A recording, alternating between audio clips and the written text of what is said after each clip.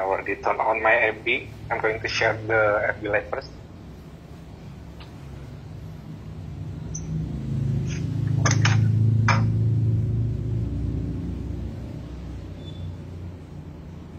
चल मैं आज अरविंद पे ज्वाइन किया.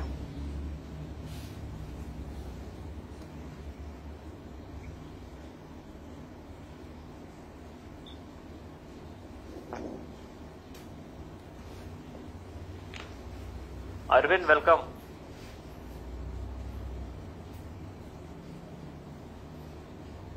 Sir.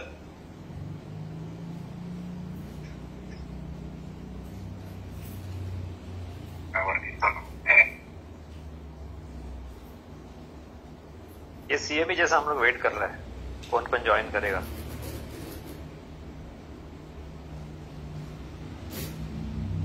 I'm going to share the FB Live first.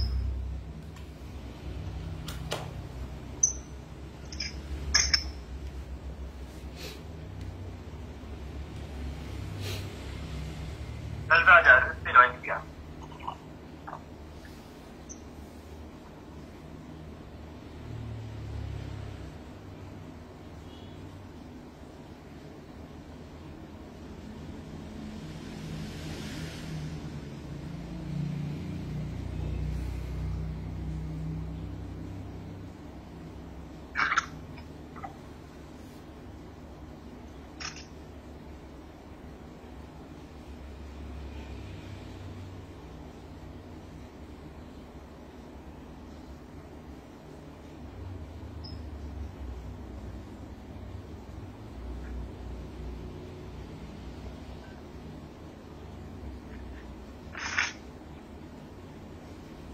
Okay, so it's ready now.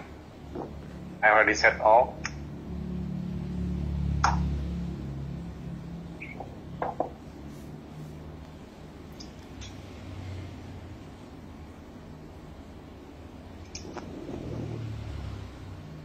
So I can see the program live in Facebook.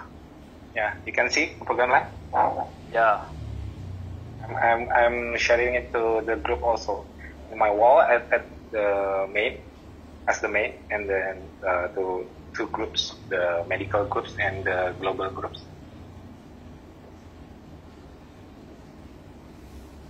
Issy, welcome.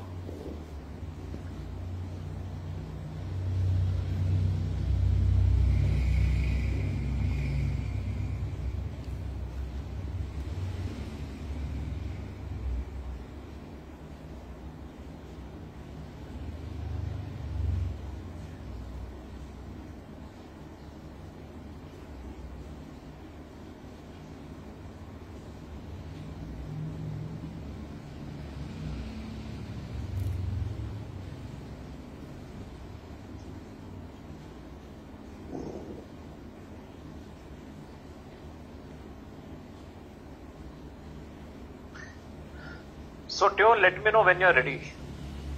Okay, I'm ready. It's already live. I think the sound is good in the Facebook. Arvind, welcome. Okay. There's a lag, I think. There's a time lag. Yeah, there's a time like between the real Zoom meeting and the Facebook. It's always like that. ये CME जैसा हम लोग wait कर रहे हैं, कौन कौन join करेगा.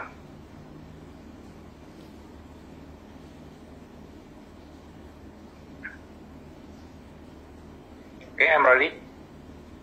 Few minutes. Anup, do we start? It's Yeah, already we can. 6 p.m. Yeah, we can. Dr. Tanmoy is also here. Dr. Tanmoy, welcome.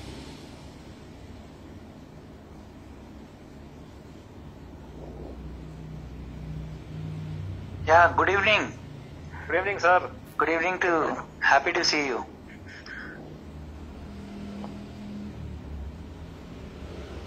So what I'll do is I'm going to put everyone on mute and what do? I make you third one also as co-host? Sorry? I make you third one also as co-host. Oh yeah. I'll make so that you can. But Yeah. I hope, fine. So, Teo, what we will do is we are going to keep everyone on mute and video off, and only two of us will be in the screen. So I will start recording. Yeah. Okay. And then start the discussion, and finally we'll just open for any question and answer session, and then we will close the session, and then maybe chit chat and disperse. Okay.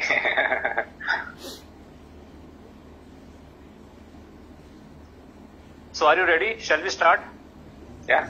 Go ahead. Fine. Anup, just see that everyone is on mute. That's all.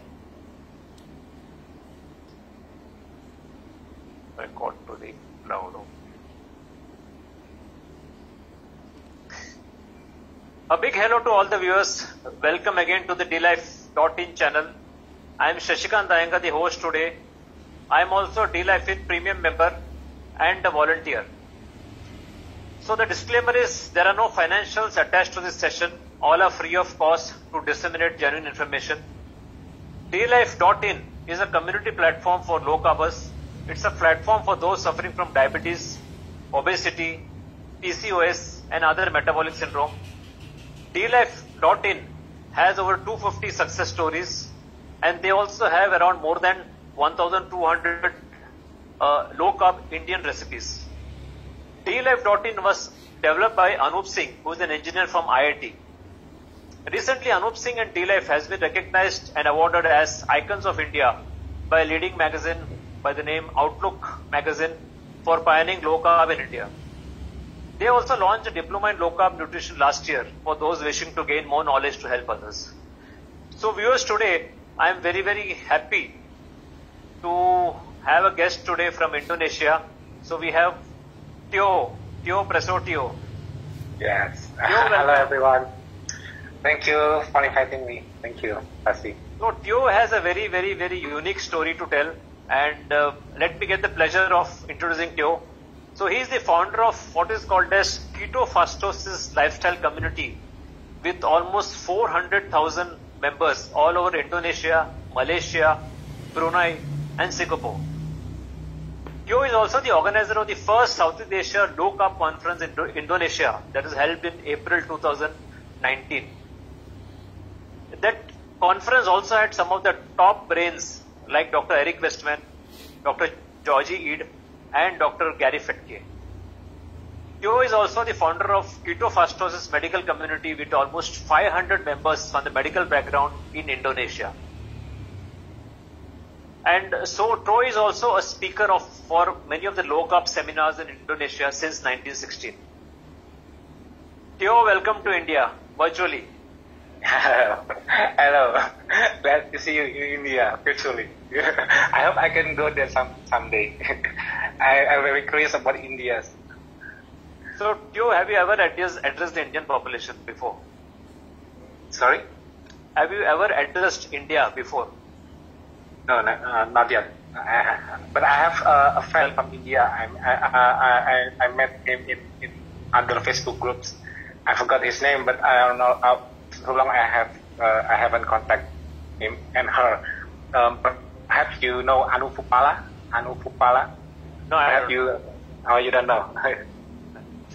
So, Teo, nice to have. I've been in Jakarta back in 2009 for a very short visit. So, Teo, let's get along now. Please tell us briefly about your background. Okay, my background. Actually, before I'm doing this low carb lifestyle, I was an entrepreneur. I'm producing paint, automotive paint. Actually, I'm doing in automotive paint industries, and I work. My business is start from 2004 until now. But at the beginning of this lifestyle is all because my son, my firstborn son, which, as you know, he has cerebral palsy. That's the beginning of I am entering this low carb lifestyle. So, Teo, you have a very, very interesting story about your real life story about your son Alif suffering from cerebral palsy. So, that is how you have founded what is called as a very unique term in the low carb community called ketofastosis. Yeah, actually, ketofastosis is the name of the community. The first protocol I made is the fastosis itself. The fastosis stands for fasting on ketosis. Yeah. We have lots of fasting, but I'm going to make a point there is that we are fasting on ketosis. That's why it's called fastosis. But the community itself and the lifestyle itself called ketofastosis. It's not just the ordinary keto diet, but it is a ketofastosis lifestyle. So very interesting here to again know that here is one more person who is an engineer, and engineers are making a lot of waves in the nutrition medical community. Just like we have Anup Singh here, and we have various engineers in the nutrition space who are just changing the perspective, changing the entire thing on the medical community. So Teo, please tell us about your son Alif, his background about cerebral palsy, and how you came to this particular generating this term, and how you actually taking care of your son's cerebral palsy with ketofastosis. Very, very interesting story. Please tell us as much as you can. Okay, so it begins at 2009, when my son is born at 2008, but in 2009 he had a seizure, when he was, if I've not forgot, about 6 months old. He had a seizure, and me and my wife were really shocked about it, and we don't know what happened, and then we take him to an MRI, and we just found out that he had cerebral palsy. So if you know ventricle, in our brain there is a ventricle, two ventricles actually. The left side, the ventricle getting very large, so it is called ventriculomegaly. That's the white matter is so thin, so the doctor call it myelin. The myelin is thin. That's why the right side of his body is very weak.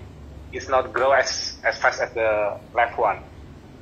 That's when we know about it. So actually, because the word of myelin itself, when it comes from the diagnosis from the doctor, that diagnosed that my son have a cerebral palsy, and it's quite severe too. The ventriculomegaly is really big.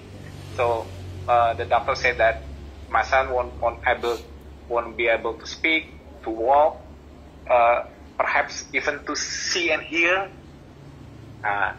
There's going to be a problem in there. So we will really shocked because that's our first son, right? we have lots of hope for our first son. So I tried to do anything back then to fix his seizure. I don't know how, but there's also a diagnosis of hydrocephalus, because he has this cystic in what you call it choroid plexus. So the cerebral spinal fluid cannot turn over, right? So it will stop in the brain, and sometimes it's going to make the seizure happens. So the diagnosis is also hydrocephalus, and the doctor said that he had to place a shunt to make the symptoms go away. But I try to not to use that options of using shunt. So I'm learning lots from the word myelin itself, because I don't know anything about human physiology or anything about medical, but that word myelin come across me, and I try to learn. So if I want to fix my son, that means his myelin have to grow back. That's the common people think, right? There's a problem with the myelin, so how to make the myelin grow again and make him normal again? That's the common thing of common people. So I was once bought myelin. That's actually a myelin product. It was intended for multiple sclerosis. The product is sold from Australia. I cannot speak you about the brand, but it comes with bovine myelin. comes from a bovine myelin. So I think that if I give it to my son, that the myelin would grow back, would grow again and make him normal again. But actually it's not.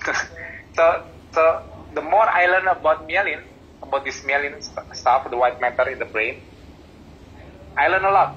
I start to learn about human physiology, especially how the brain makes its myelin. So actually, even though we eat the bovine myelin or even the supplement of bovine myelin, it cannot cross our brain because our brain has the blood-brain barrier, right?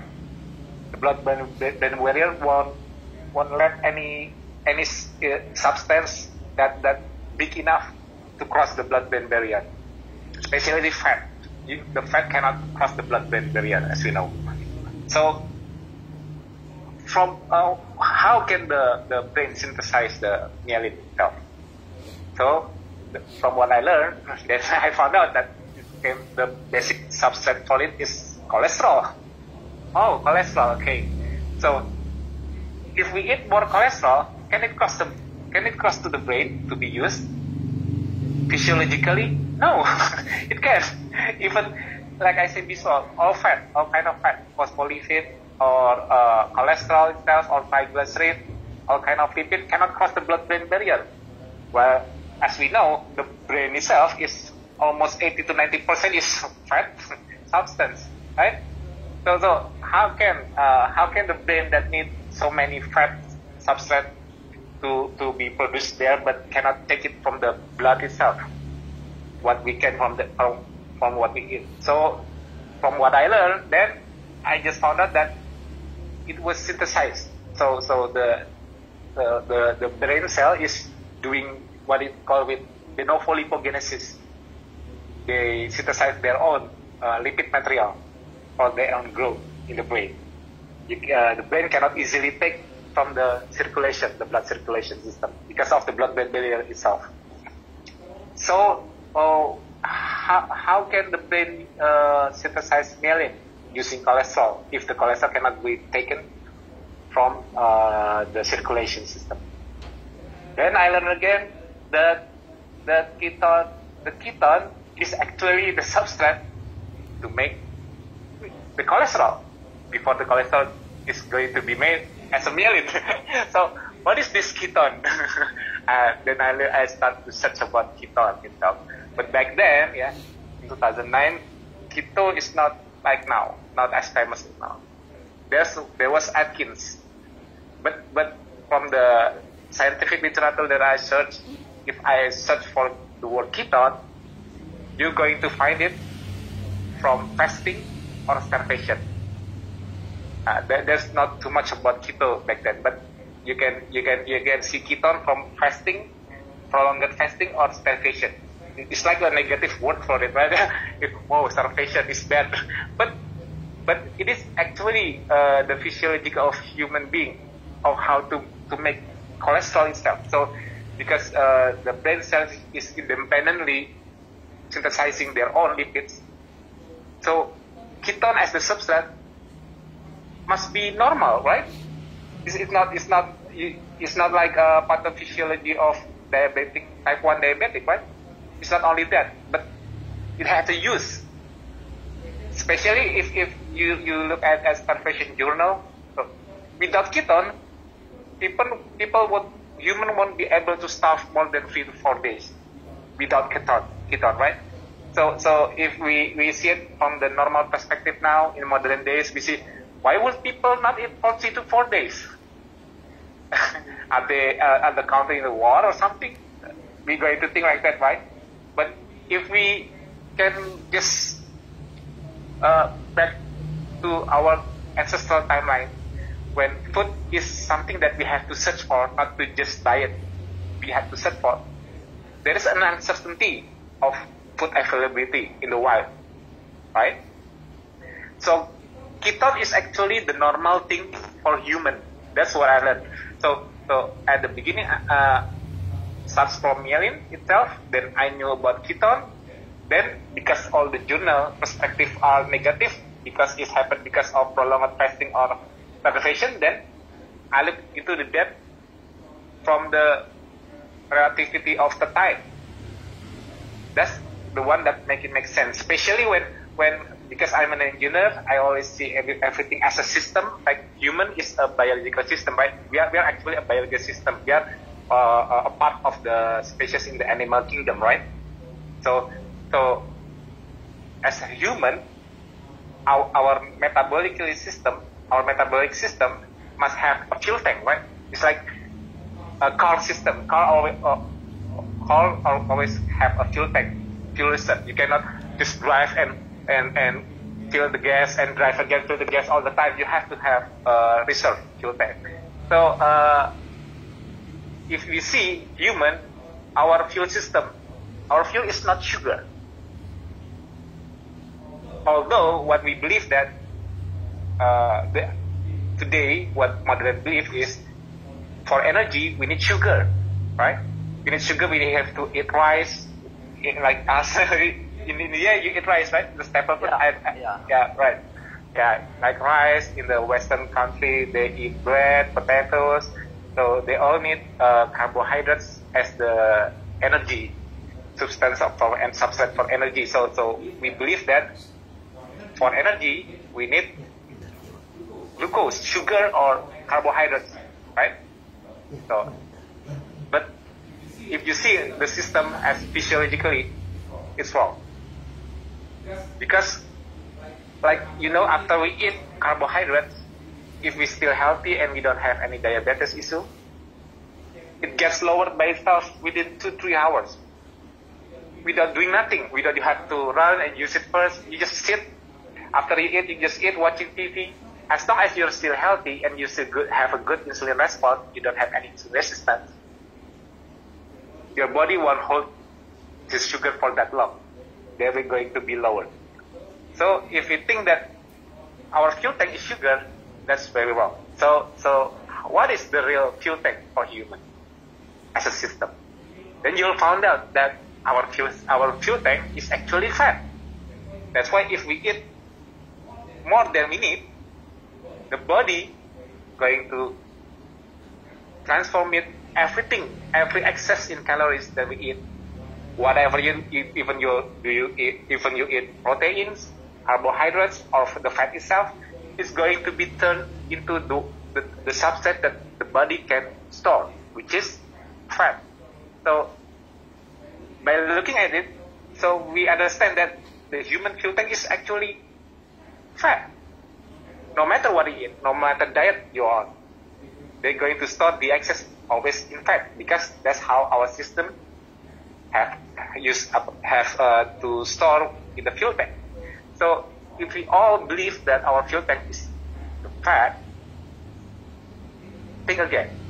What is the real motor in the body? Like the brain, like an engine, a mobile, like a vehicle, like a car. The engine is the real motor. So it can turn the wheels, it can drive way, yeah? But in humans, we have skeletal muscle. This is the skeletal muscle. Something control them. Although we move with our skeletal muscle, but the controller of everything, of the system, is the brain, right? So if the main motor in our human body is the brain, and the fuel tank, as we agree, is the fat, there's something wrong with the design. You know what's something wrong? Why there has to be a blood-brain barrier? It makes you curious. As an engineer, you must be curious.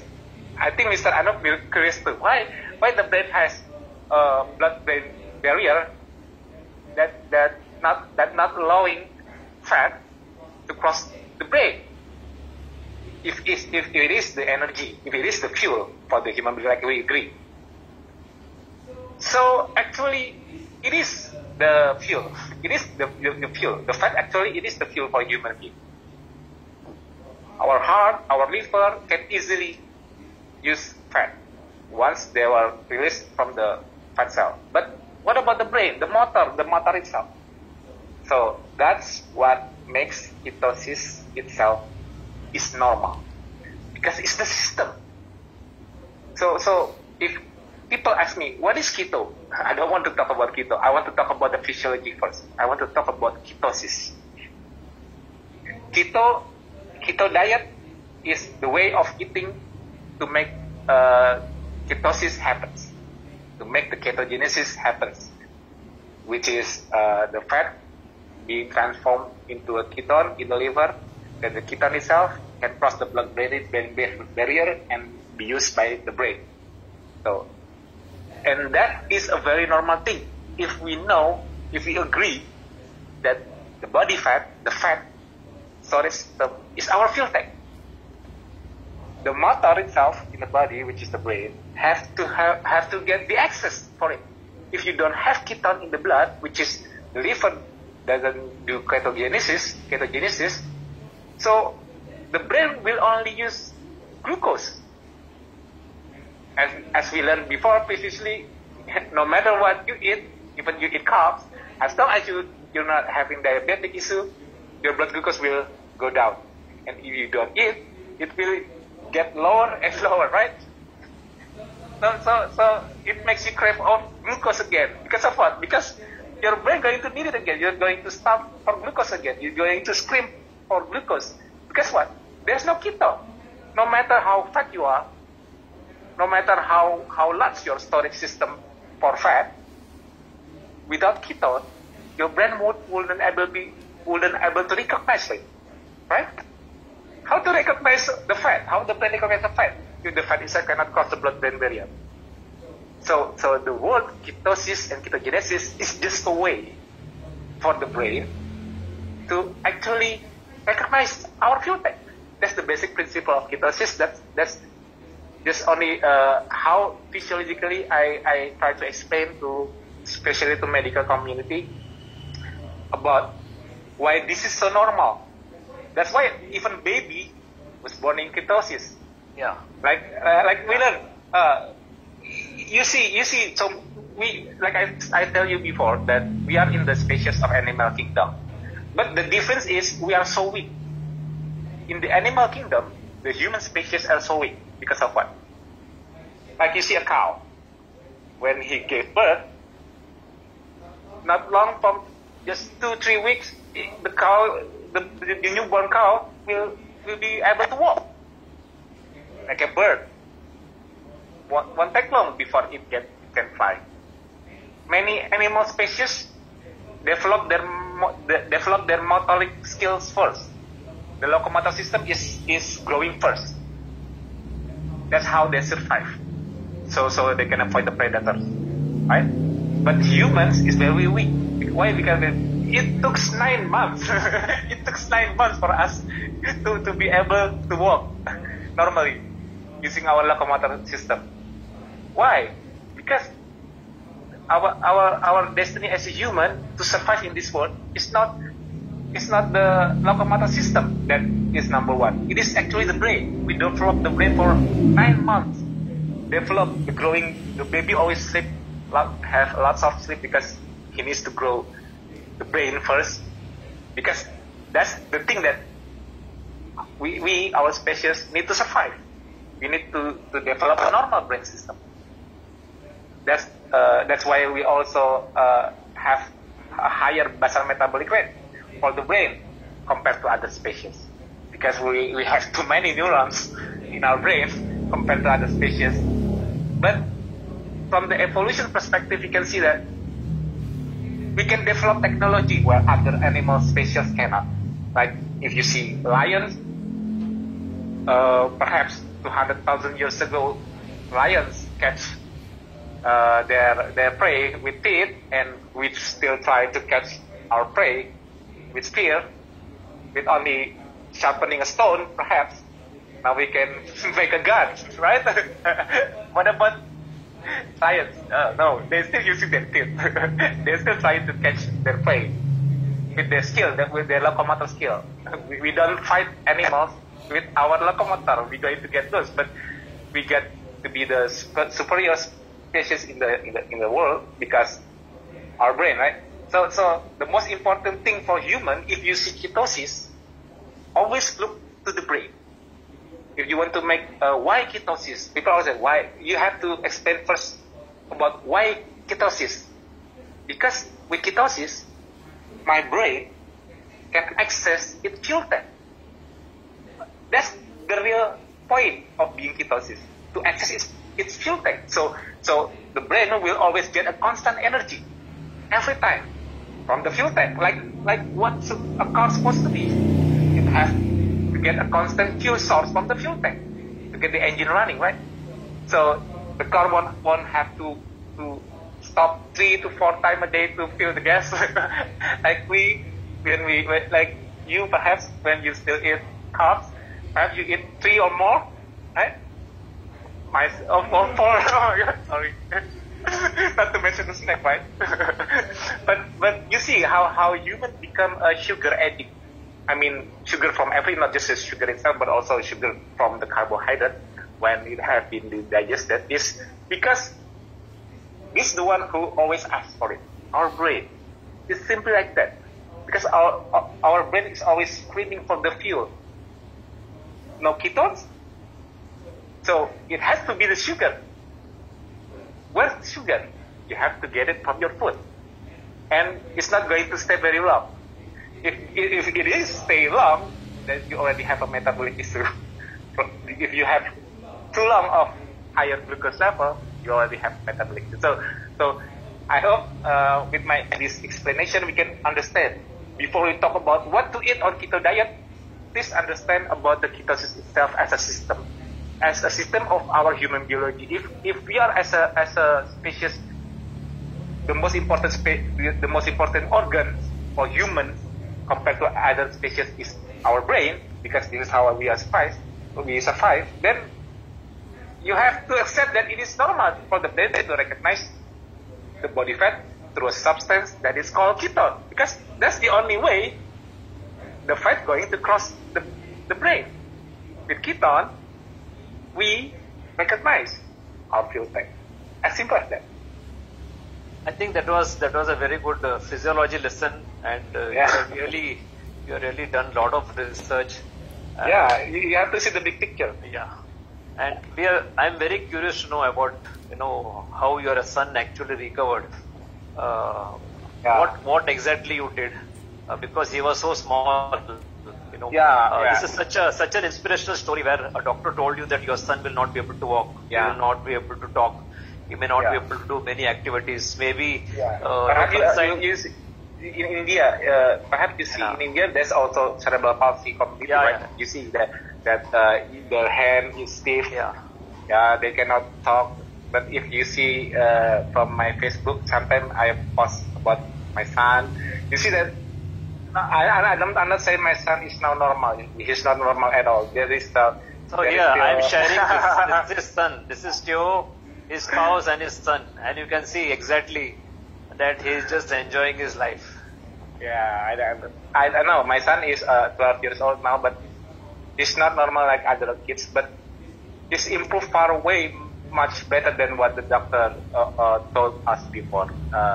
He can speak few words, but especially the motoric system is getting better and better, and he doesn't get any seizures since he was 2 years old.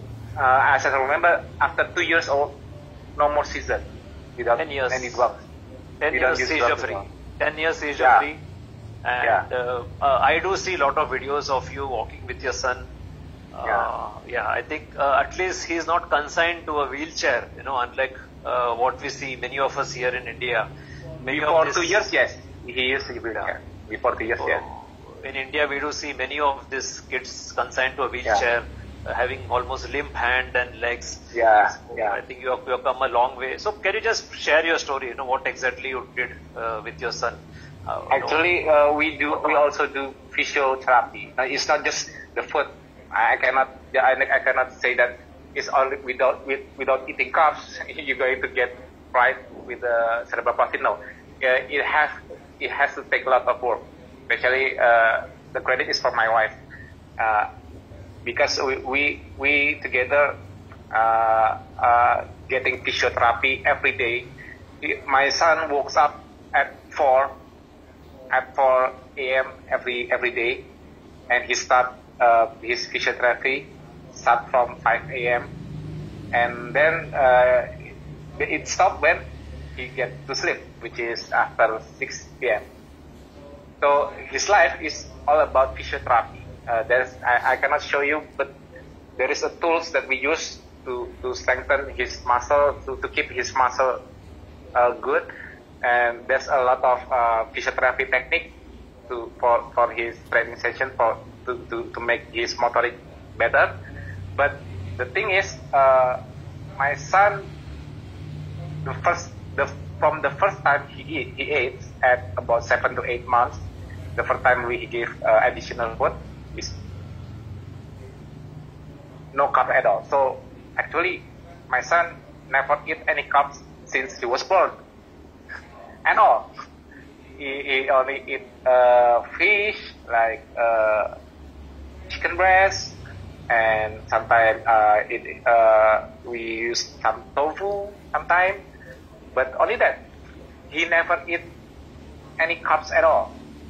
He just eat real food, but we have to blender it to make it smooth at the beginning, but today he can eat fish or chicken by himself, but he never ate any carbs. That's what makes him seizure free.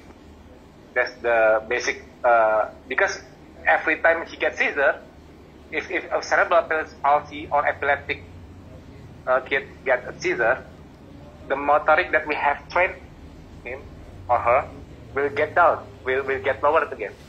So it's important to make the cerebral palsy kids to be seizure free, but to make his ability for the motoric system to work like as a normal kid, we have to do a lot of work, especially from the physiotherapy stuff. We cannot just do it by not eating carbs. The not eating carbs helps to support his growth, his ability to learn, and seizure free. That's the important one. So it is just, it is surprising. Even I never knew, though I've been following you, been reading, that he was not on any carbs, no grains. And what else have you fed him? I mean, any supplementation like MCT or coconut oil? Have you ever given him additional fat? For my son? Yeah. No.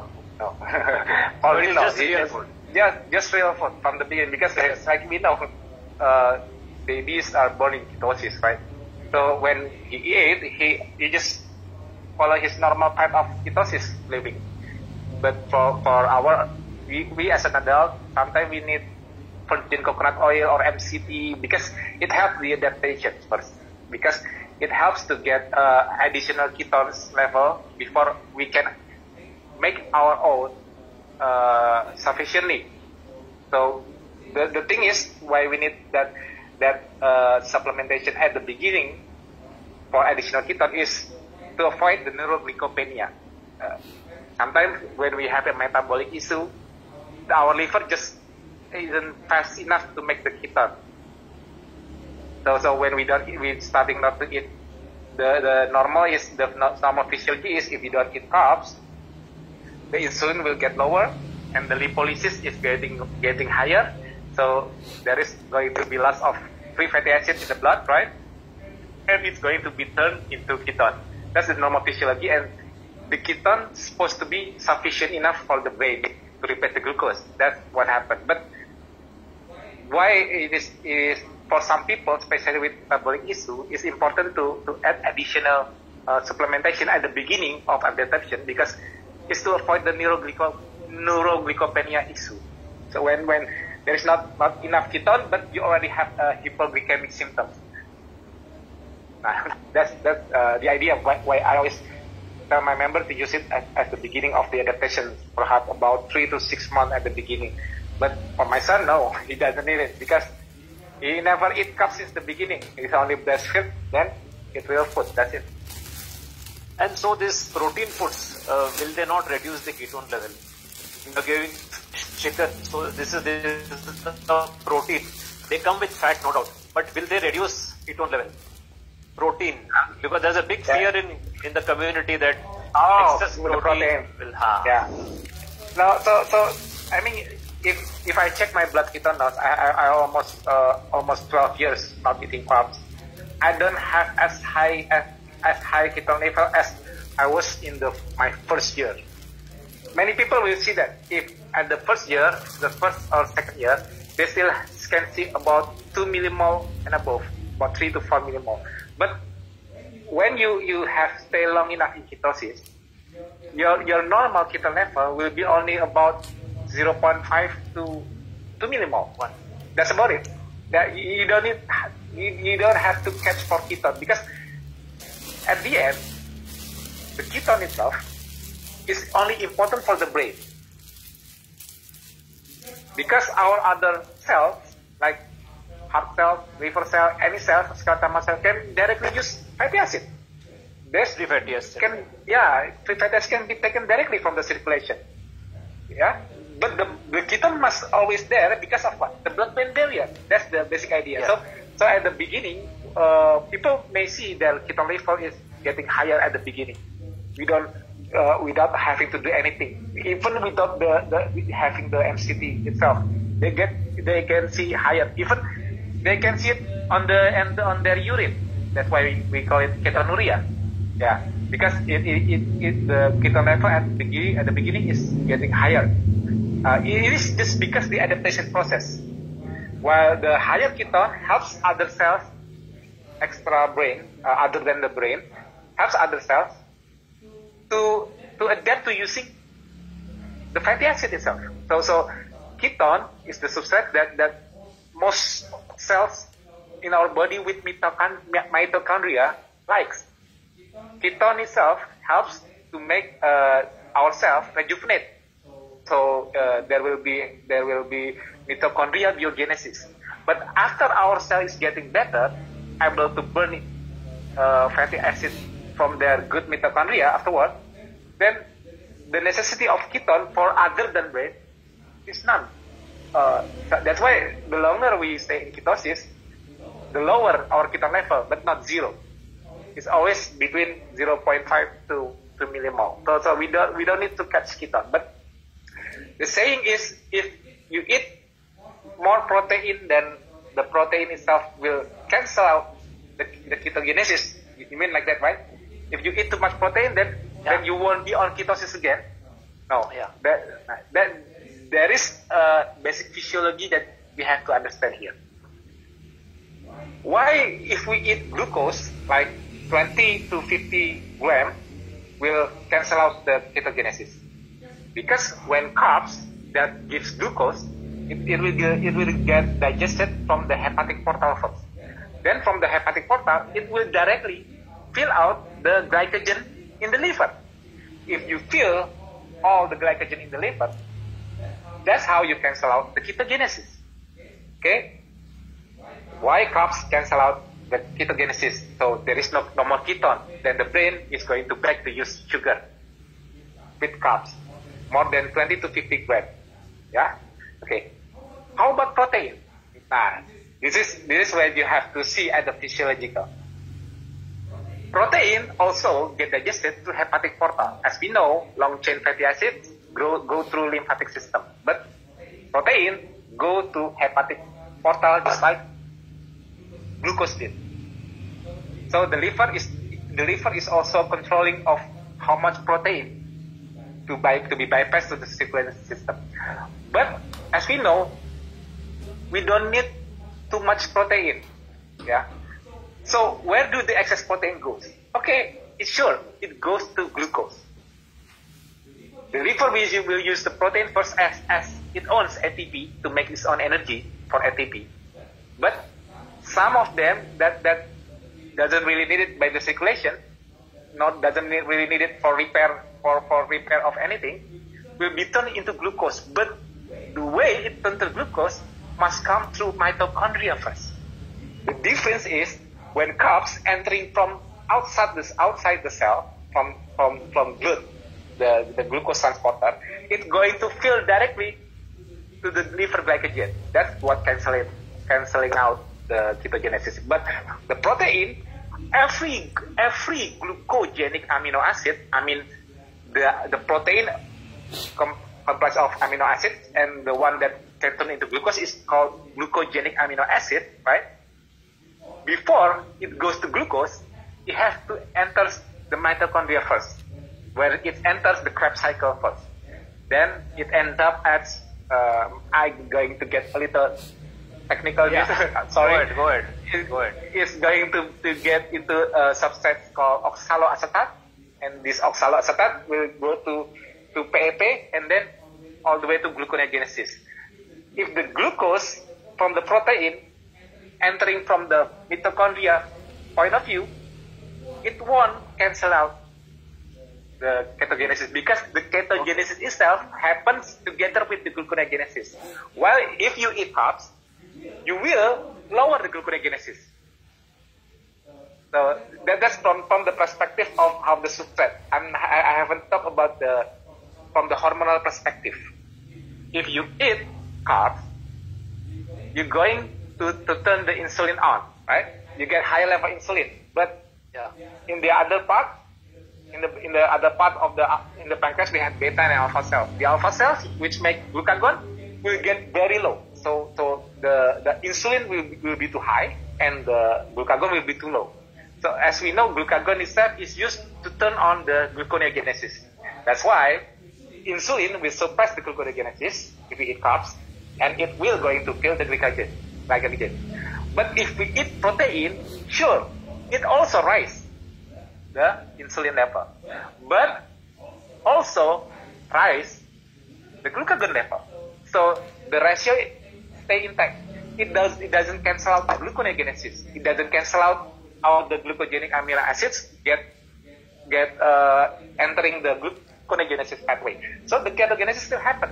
You won't lose the ability to make ketone, and your brain will actually use ketone even if you eat more protein than you need. It all end up in glucose, but not cancelling out like the glucose entering from the hepatic portal. That's the physiological point of view. Thanks, Joe. It's not technical. No, it's very interesting, and I have learned something real solid today. I think our viewers are also going to learn. They are also going to learn, because we always had this fear that protein will actually impair ketone production and all. I think you have explained it physiologically very well. And that is true. Even earlier, I used to see in my own case, my ketones used to remain about 2 millimoles. Nowadays, it remains between 0.5 to 1.5. Yeah, and it's fine. And it's fine, right? Nothing wrong. You still feel great in ketosis. It doesn't depend on how much you get your ketone level, right? And also one more thing about this protein scary. People scared of protein. People sometimes see wrong. If you see 100 gram of fish, they think that it's 100 gram of protein. No, it's not. It's only if we eat real food, there's the protein level in the real food is only 20 to 30% from the weight itself. So if you eat chicken breast, you think that 100 gram of protein? No, you only get 20 to 30 gram of protein for 100 gram of chicken breast, or it is fish or beef, anything, as long as real food. That's the real. So many people see it that protein itself is one on one. It's not like fat. If you eat 100 gram of oil, like vegetable oil, you get 100 gram of fat. It's true, but it's not true with protein from real food. Thanks. And Joe, just one question again, because you told that you have been feeding your son all the chicken or eggs. What about vegetables? Does it take a lot of vegetables also, or is it restricted? No, okay. Actually, I'm not restricting about vegetables, but when he was 2 years old, my mother-in-law, who makes the food, tried to give him a broccoli inside the food, in the blended food, but my son cannot take it. He throw up. So since the first time until now, my son only eat just animal source food. Just fish, until no vegetables at all. So it is, I can call it, a sort of carnivore. Yeah, you can call it like that. Although my son, to make the texture of the food good, my mother-in-law used tofu. You know tofu? Yeah. Yeah. We know. It's not a true vegetable, but Yeah. it's a protein source too. Soybean, fine. So Yeah, does he fine. not crave for bread? Does he not crave for ice cream and all That's the pastries? that's the trick. We never recognize, we never get him that kind of food, so he doesn't crave with ice cream. He always real food, and he never try bread, anything. Although we have the keto-fied version of bread, ice cream, and everything. Yeah. I'm not going to give him. Until now, he is not craving for them. So it's easy if we go abroad somewhere where we don't easily get keto-fied ice cream or bread. He won't going to ask it. That's easy for me. But that's the hard part when other members in here in Indonesia try to get their son into keto, but they already know about ice cream, cup. That's the hard part. In my part, it's easy because we never introduced it to my son, so he never crave. But my son only eat today. My son only eat at 10 a.m. and then eat again at about 3 to 4 p.m. They eat only twice a day. Twice a day. Okay. Just like me, even I have only breakfast and dinner. That's all. I don't have lunch. Yeah. So even most of us, that's how we do. That's how we gradually enter into it. We might maybe having 3 meals a day, and then we gradually come to 2 meals. So now let me come to a very interesting question. What were the challenges you faced, especially from the medical community, and how did you manage to convince them? Because what you have done is something revolutionary. Probably for the first time in Indonesia and first time in the world also, and I don't think there are any unique stories like yours. So how did you manage to convince them? Yeah, that's the part why keto practice is so different from other keto diet community, because we're not talking only about the food itself. Because like I said in the previous, how I found this keto practice from Yelin, from ketone, from starvation, and then I can put the line into the ancestral lifestyle, back to the ancestral. Why it is so normal?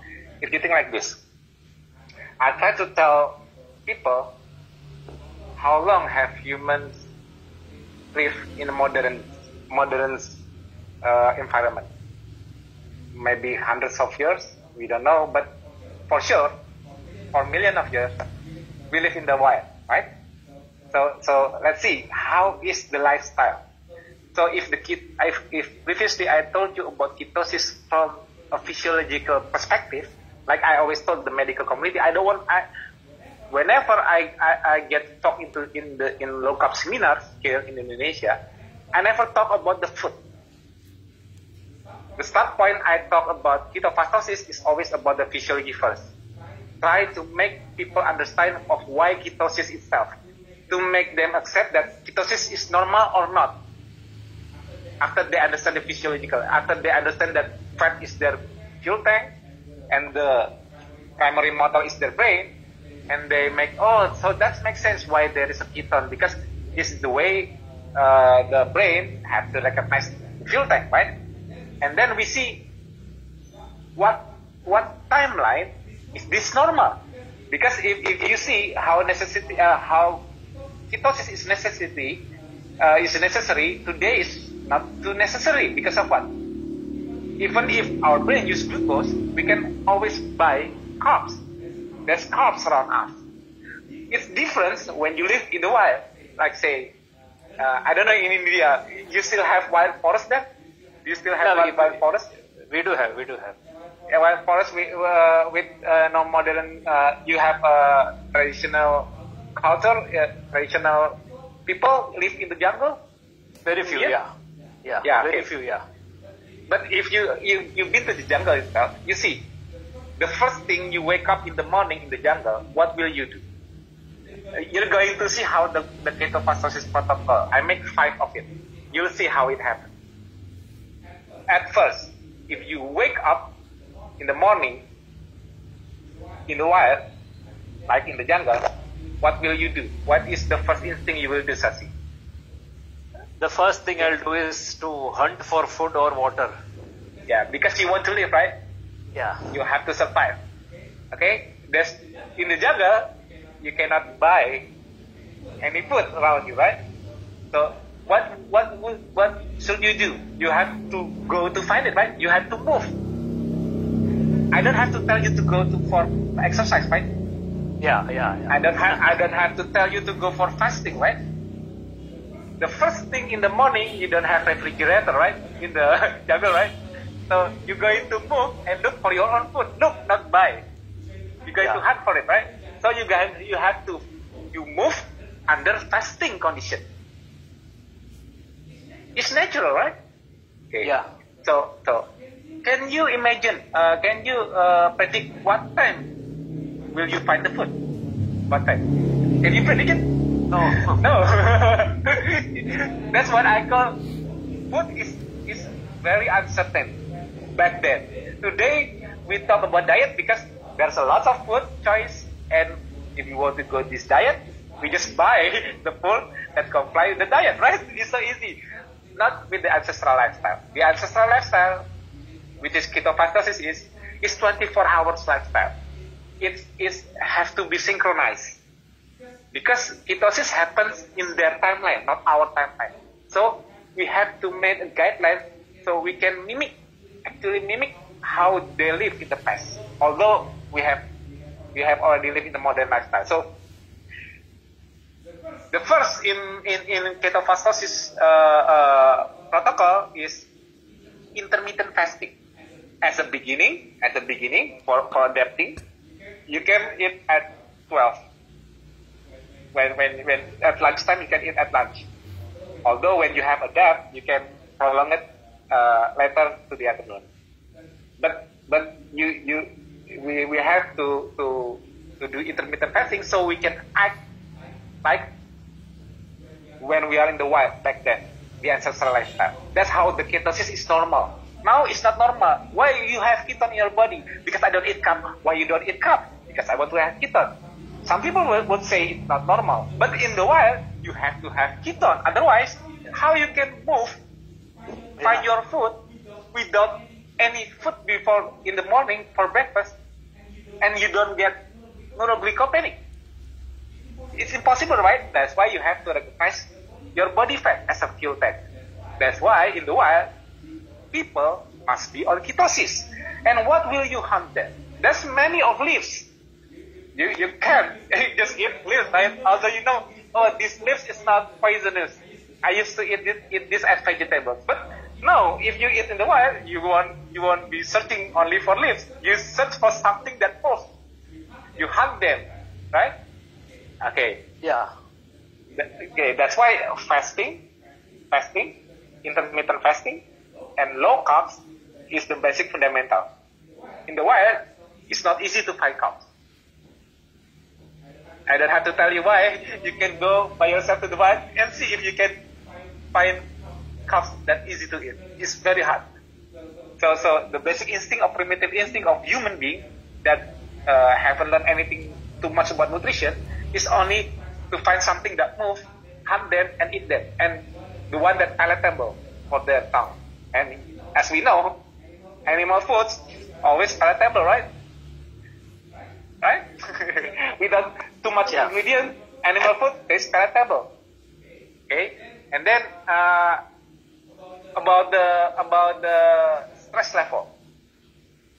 If you live in the jungle, now you work in the modern days. You work, you have to pay your bill, you have lots of psychosocial stress, right? Like a lot of stressor from psychology, from the modern days, because there's many factors. But in the jungle, what would you be stressed for? You only think to survive, right? Just only to food, only to fight. You don't think that I don't have any bills to pay. So it's easier to maintain the stress level low in the wild. Except if you meet a predator, then you have to run. Okay, that's a stressful condition. But it's only an intermittent. It's not happening all the time. Yeah. It's not like we on the modern days. It's like we are getting chased by the bears or the lions all the time. We get stressed a lot. Nah, that's why stress management is also the third pillars in our community, our lifestyle. How to manage stress, how to get relaxed. Don't get stressed out all day long.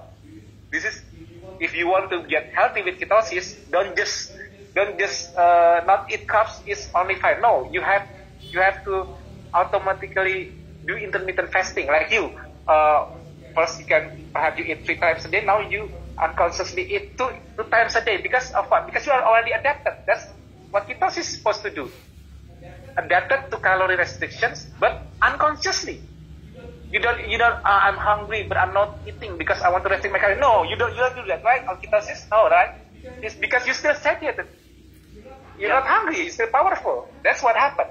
That's why intermittent fasting is also happen unconsciously with ketosis. Nah, okay, that's okay. Intermittent fasting, low carbs, and then stress management. Okay, and then workout. About the workout. Or moving, active moving, I don't have to tell you, because in the wild, if you want to find your food, you cannot use your phone and order some food. You have to walk your locomotive. So about the workout, you don't have to do that in the jungle. You do that unconsciously. Okay, so the last is about the light. About the light. Delight. Yeah, in the jungle. Happiness. No. The light. The sun. Light. Yeah, sun. Light. Yeah, okay. Yeah. Sunlight.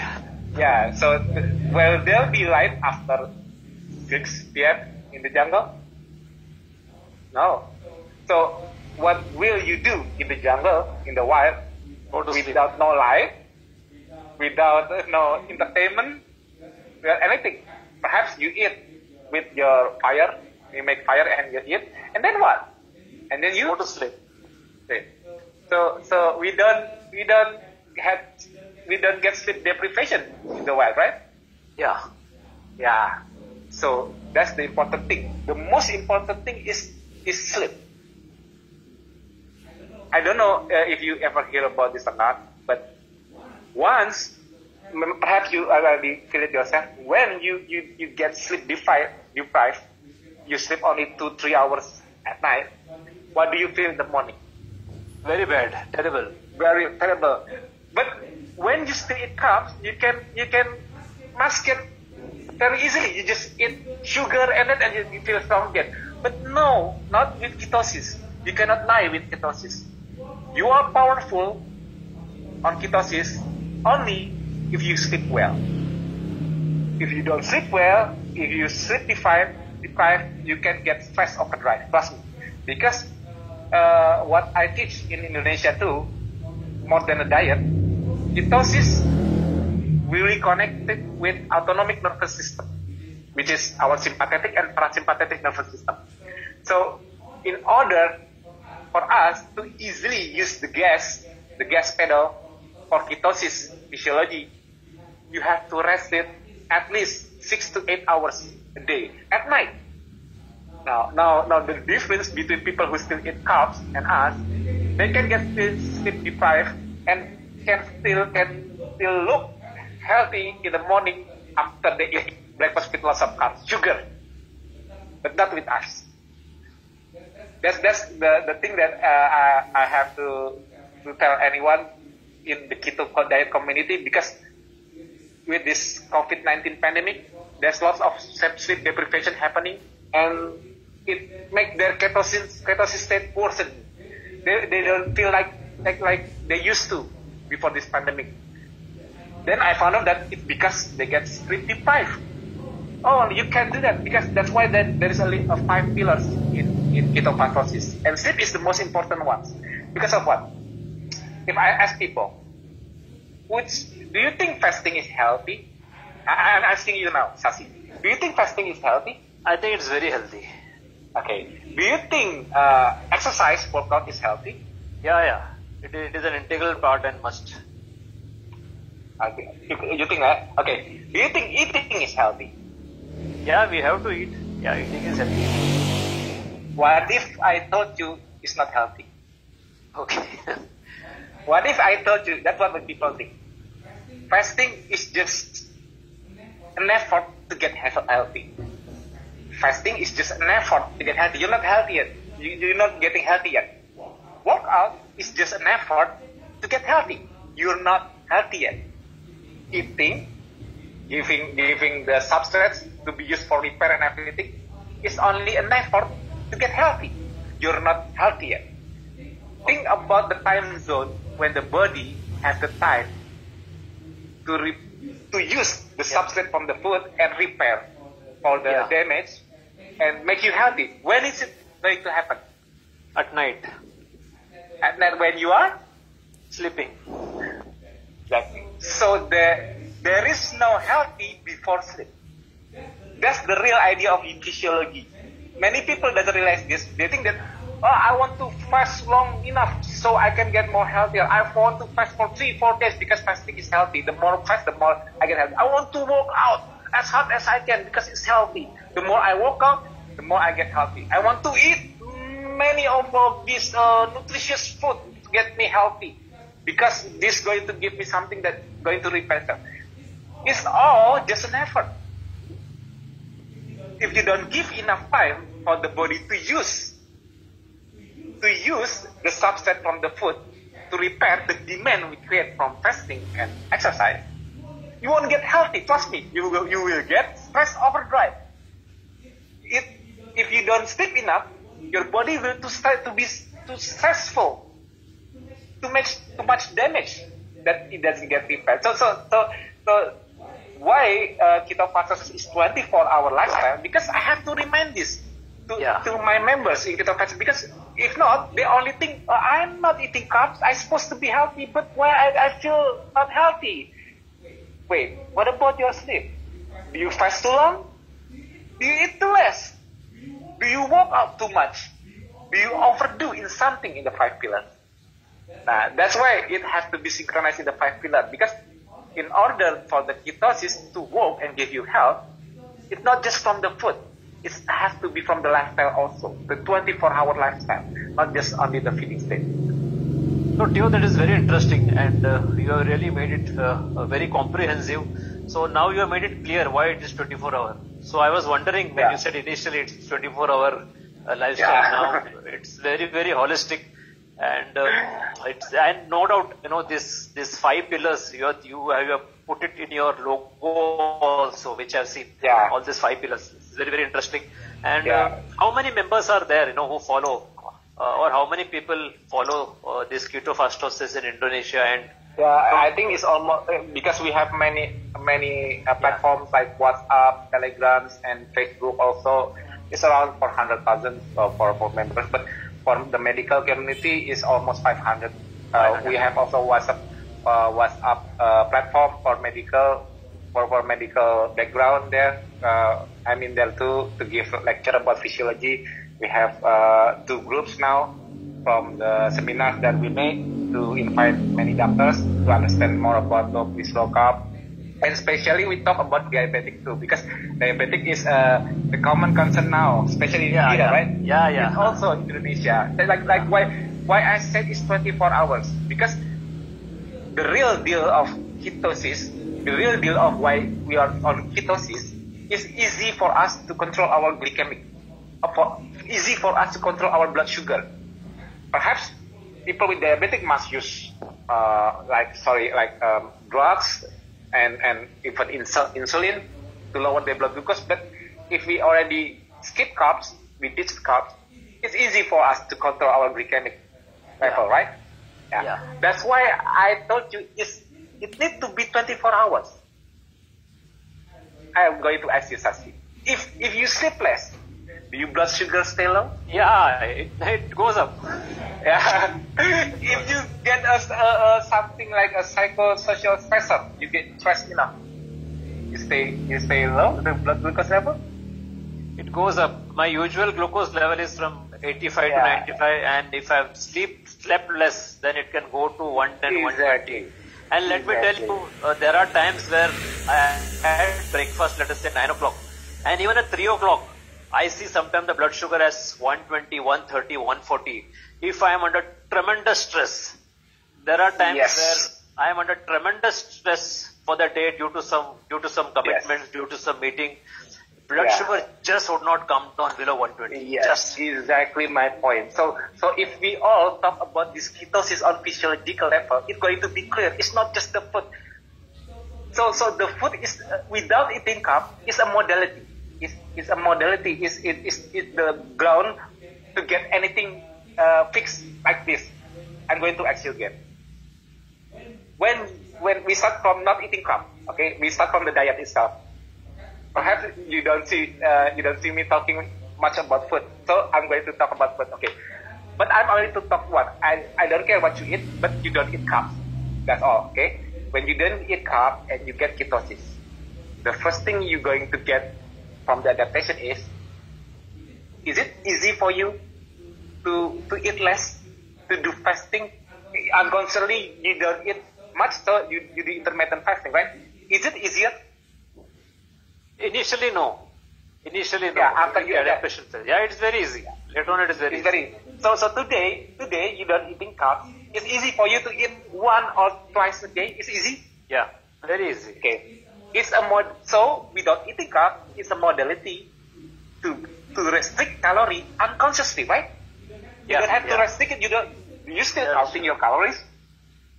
I want to I ask, don't- you still I don't counting? count. No, because I don't count anything. Yeah, because you have made your body restrict calorie unconsciously. That's the thing. What you need to be a lifestyle, it has to be like that, not counting all day. Okay. So you're not eating carbs now, today. Is it easy for you to walk, to do many physical activity without eating first? Is it easy for you? It's very easy. No? Very easy. You don't crave. Oh, I'm tired. No. No. You don't craving for food to get energy. No. Nothing. So easy for you to do exercise, work out, or even higher physical activity without eating. It's easy. Yeah, very easy. Okay, that's the modality when you don't eat carb. Okay, I'm going to ask you again. Is the 2 pillars already answered? Is it easy for you? Did you get calmer on ketosis? Easy for you to think calmer, to resolve any trouble if you compare it before you on ketosis? I think it is. I have changed significantly from from a hothead to much more calmer person now. Yeah. So it makes sense if I told you it's easy to manage stress level on ketosis. Does it make sense now? Yeah. Yeah. Okay. So not eating carb is the modality to manage stress level. So the last one. After you don't eat carb, how do you sleep? You sleep easily, soundly? Very, very much. I mean, 6 to 7 or on an average, 7 hours sleep is very. So I there is sleep like a an baby. increase. Yeah, sleep like an increase in sleep quality compared before you still eat carb, right? That's So true. that's why not eating carbs is the modality for all. Say from these 5 pillars, what everybody is always pro and cons about is only the food. Yeah. If I told you, is intermittent fasting healthy? Oh, sure, it's good. Is workout, exercise healthy? Sure, it's good. Is stress management good? Healthy? Yes, of course. We have to manage our stress. Is a good sleep quality is necessary? Yes, of course. We need to do that. How about doesn't eat carbs? Wait a minute. There's a problem there, right? But actually, without eating carbs, it really supports the other 4 of the pillars of the lifestyle. Because these 5 pillars is the problem is today in modern days today. It's the basic of why people get so many chronic disease. Why they eat all the time, they cannot fast, they eat all the time. Why they become sedentary, they don't actually not motivated to work out, right? They always get sleep deprived, they cannot manage their stress level, and they eat high carbs. This is the basic, the 5 is the basic of chronic disease, not just the carbs only, but 5 only. That's why it has to be a guide to remember that this 5 must be good. So if the ketosis adaptation makes you sleep good and everything. But if you purposely make your sleep shorter, you already said that, oh, you don't feel well, right? That's true. That is true. So always remember, ketosis is always be healthy if you synchronize the 24 hours, not just the feeding state. That's the point that I made there. That's very, very interesting. Now, finally, Teo, due to paucity of time, which are all the different medical conditions that people have overcome with ketofastosis? So we know about cerebral palsy for your son, and we know about weight loss, and what are the other conditions that have been taken care with? Many. Actually, many. Especially diabetic, of course. Yeah. Diabetes. We have diabetes, and at the beginning in ketofastosis at 2016, most of the members who use ketofastosis actually cancer. I'm not saying that it would work to all cancer on the late stage, no, but it really helps on cancer. It suppresses the growth of the abnormal cell. Yes, so cancer patients and also autoimmunity. Yeah. So basically, ketofastosis will have everything all about inflammation, because the lifestyle itself is an anti-inflammation lifestyle. Yeah. So all the chronic disease itself, the basic of all chronic disease is inflammation, right? Yeah, that's true. Diabetic, cancer, anything, autoimmunity. So even hypertension, blood pressure. Yeah, exactly. Yeah. So why the lifestyle itself is hitting straight to the root of the cause, which is lowering the inflammation. And when the inflammation getting lowered, that's when your body starts to heal itself. So it's not a direct targeted drugs for the problem, but our lifestyle, ketofastosis lifestyle, is hitting how to lower the inflammation, so to give a chance for the body to heal, because the body will heal only when the inflammation has resolved, not when it's still high, right? So although you have diabetes, you heal all your symptoms, but it's not directly clear your diabetes. It took time, but it took the condition of low inflammation too, not with high inflammation like low-grade inflammation. No, it won't fix your diabetes. You have to really lower the inflammation with your lifestyle. Then the body has the chance to fix itself. The key is inflammation. That's it. If you see from the physiological perspective, from any disease, you have to lower the inflammation first, from the root. Very nice, very comprehensive, Teo. So, Teo, your message, what is your message to India? If you want to give a few lines to India, what is your message? Considering our background, considering that we are high grain based, just like yours, we are also wheat and rice based. Diabetes is exploding. We are going to overtake China shortly. In terms of diabetes, number of diabetes. Many obesity too, right? Yeah. We are all toffee generally. We may think that we are thin, but actually we all have central obesity. So just like any other Southeast Asian India, like the Asians. Yeah. Because we born in the country with the staple food is carb, right? We already think that we learn from our mothers and our great grandfather, and also that our staple food is rice, and we still have to rice for energy. That it's like a tradition that we cannot break. But I think my message for India and also for Indonesia, I still work in it, is to see the perspective of human, not just from our own culture. Is you see that the growth in the carbohydrate food supply is also there is also a rise in chronic disease. If you really want to think about it, it's a good idea to stop the carb. So I know it's not make sense. Yeah, I know if I can talk for hours about this lifestyle and try to make people do it. But actually what is working is you just have to try it. Just try 1 to 3 months not to eat carbs. If you don't feel any better, then you can go back to carb. I just want to ask people, because we can tell many theories, scientifics and anything, but they have to know, they have to feel it by themselves.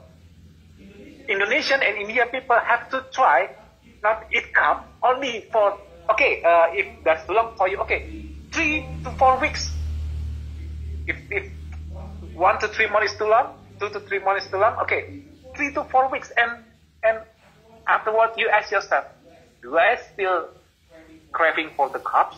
Because sometimes people cannot stop carbs because they already imagine, what? I cannot eat rice anymore. I cannot eat noodles anymore. I cannot eat pasta anymore, and it scares them. We cannot push them with theories, journals to make them. They have to decide for themselves to try at least 3 to 4 weeks to see if they're still craving after 3 to 4 weeks. I just want people to try when when you have when you already gone to ketosis. It's easy for you to restrict your calories. It's easy for you to avoid carbs. Now you can avoid carbs. Now you still think, wow, if I don't eat rice, I'm going to get dizzy. That's what you think now. Just do it for 3 to 4 weeks. Better if you do it for 3 months. If you don't feel any better, then stop. That's easy, right? But you have to try it. What I'm saying is, the basic point is learning by doing. It's going to be easy to learn all about ketosis if you have doing it also, and you feel it that is healthy. You feel it also, not just hear it from others, but you feel it. Yes, this is healthy. Trust your body. Your body know what is right for him, what is right for the body. Trust me. You have to do it first. Thank you, Teo. You are such an interesting person that I know that you can talk for 8 hours flat. It's very, very interesting, and I personally have learned a lot today. So, Teo, what we'll do is we can have just a small question and answer session. The participants, I have unmuted everyone, and if they want, they can put their video off, is an option. So, anyone has any question? Clive Pinto has asked a question, can insulin and glucagon work simultaneously? So, this is a question from Clive. I'm sorry? Can insulin and glucagon work simultaneously? Insulin and what? And glucagon. Works simultaneously? That is the question. Yes, of course. Yeah. Yes, of course. So this is, Is that going to happen on the fat state? On the fat state means that after you eat. Because on the fasted state, your insulin will get low and your glucagon will get higher. If you eat carbs, your insulin will get higher, your glucagon will get lower. But the question is, can insulin and glucagon work simultaneously? That means the rice is on the two sides, insulin and glucagon. That's when you eat on the keto. When you eat, you must eat protein, right? You cannot eat too small protein. You eat chicken, you eat fish, you get the protein. Then that's when you get rice in two hormones, insulin and glucagon. Why it has to be two hormones? Because protein, you cannot store excess protein.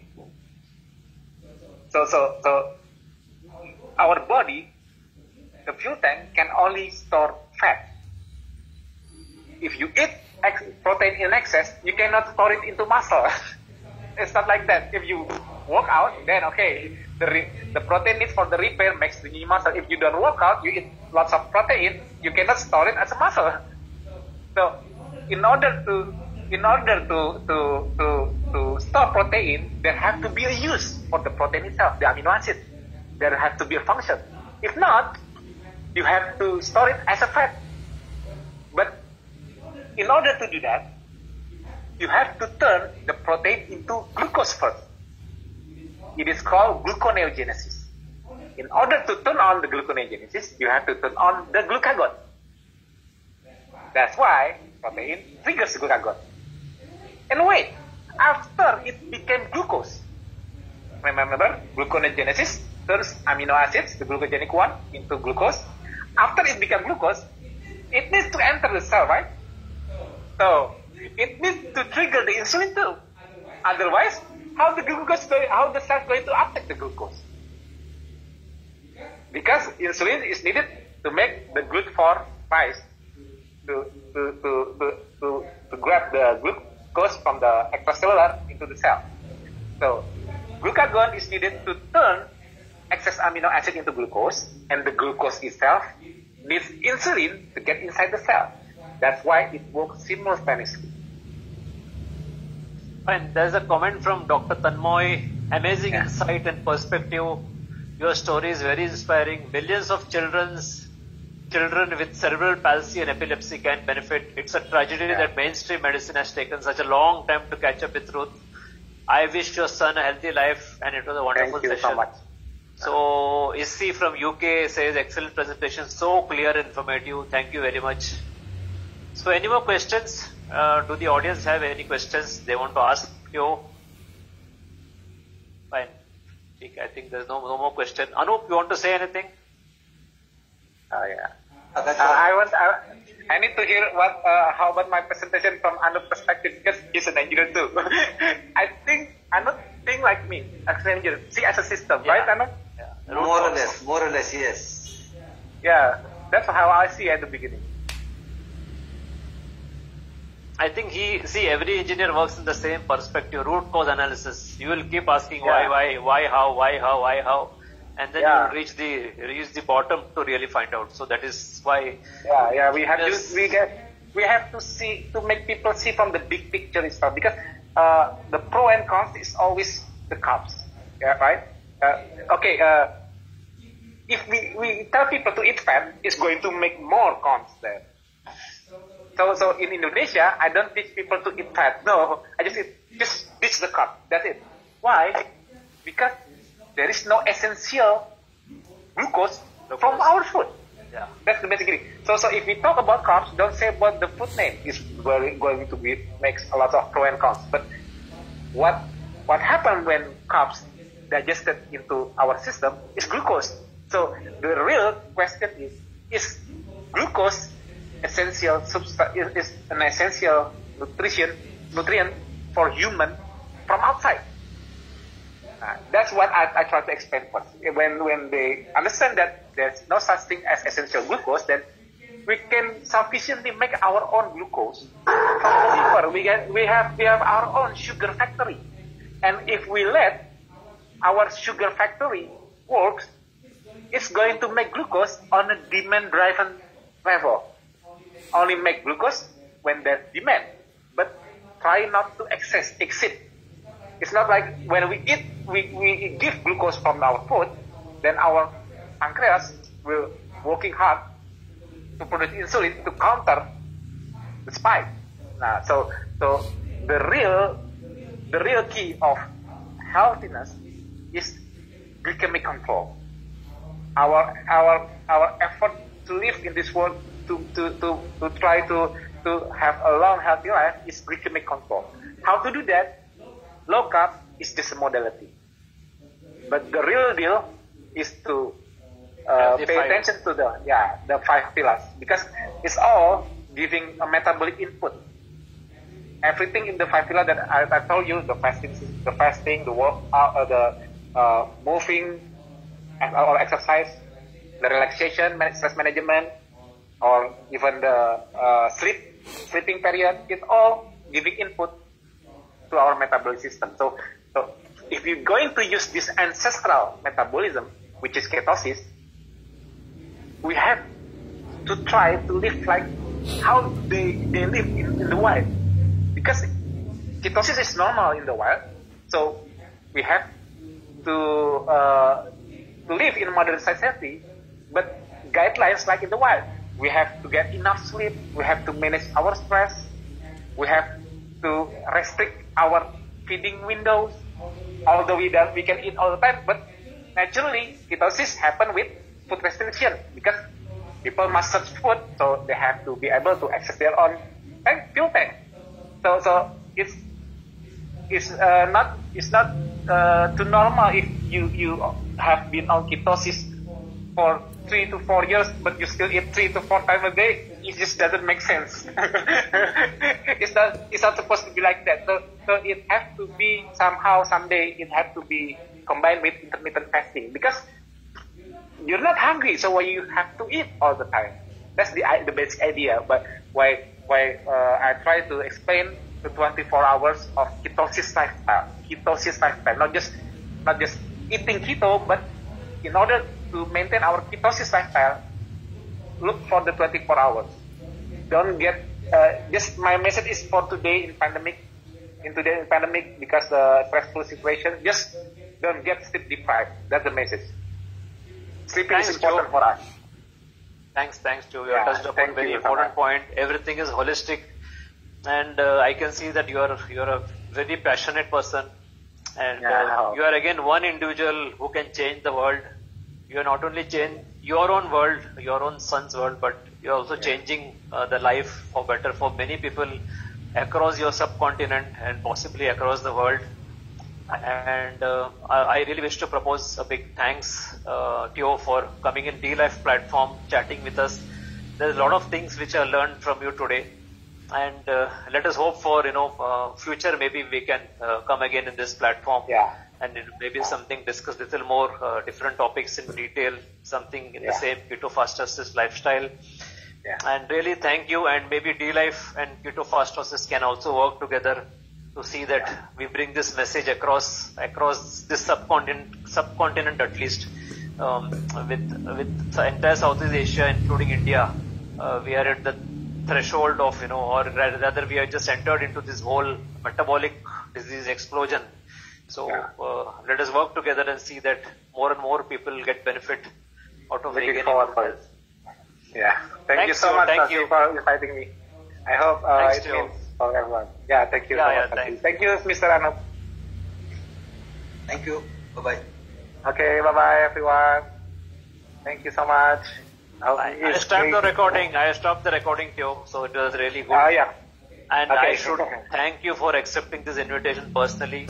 I always wanted to talk to you and interact with you for so long that finally we could get in touch, and thank you for accepting this invitation. I'm thanking too for this chance for me to explain how Keto Fastosis is. So because not many people know about Keto Fastosis, that's the way I get almost 500 medical doctors join the Keto Fastosis is through that way, through the physiology. Don't fight them with the food. They don't understand the food. Fight them with their own. They learn about the physiology, and then when we try to explain how body fat is the fuel tank and the brain is the motor, they will get it. When they accept ketosis as the physiology, then you can start to teach them what food to avoid and what food to eat. It's easier that way. Don't start with the food if you talk with the medical society. So, Dr. Tanmoy, you can connect to Theo through Facebook. Just No. I'm not too active in Facebook. Shashi, perhaps you can give anyone who needs to reach me through WhatsApp. I'm not too active. I'm not too active in Messenger also. Only in WhatsApp. You can reach me in WhatsApp. Fine, doctor. I mean, see, your group is there. Keto Fastosis group is there. And you are also there in Facebook. So I was just telling Dr. Tanmoy to connect you to through the Keto Fastosis, and just search for Theo, press Theo, and you'll get. And I will share Theo's number with Dr. Tanmoy. You can share my number. Thanks, Theo. Thanks. Okay, thank you. I have to go pray for Isha. I have. Thank you so much for this invitation. I hope we can meet again in another session. Thank you so much, everyone. Kebanyakan dari Malaysia tadi. Udah. Oh gitu. Ini nanti Ibu juga nonton, Mas. Oh iya.